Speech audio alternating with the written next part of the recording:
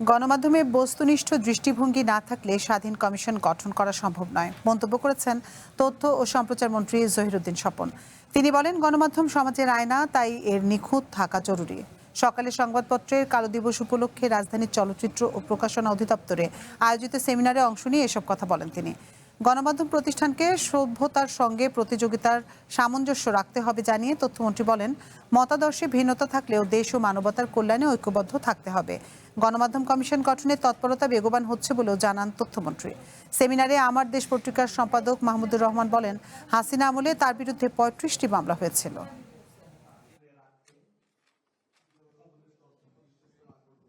আজকের এই দিনটি কেবলমাত্রই তা নয়, এমনও হতে পারে আমরা সকলে মিলে এই দিনটিকে বাংলাদেশের গণমাধ্যমের স্বাধীনতার দিবস হিসেবেও আমরা চর্চা করতে পারি অথবা নির্ধারণ করতে পারি।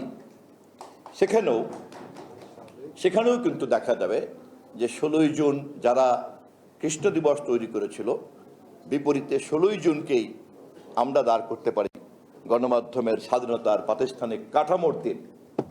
সম্ভবত ফ্যাসিবাদ এবং স্বৈরতান্ত্রিক মানসিকতার বিপরীতে গণতান্ত্রিক মূল্যবোধের এর চাইতে কোনো মধুর প্রতিশোধ আর হতে পারে না।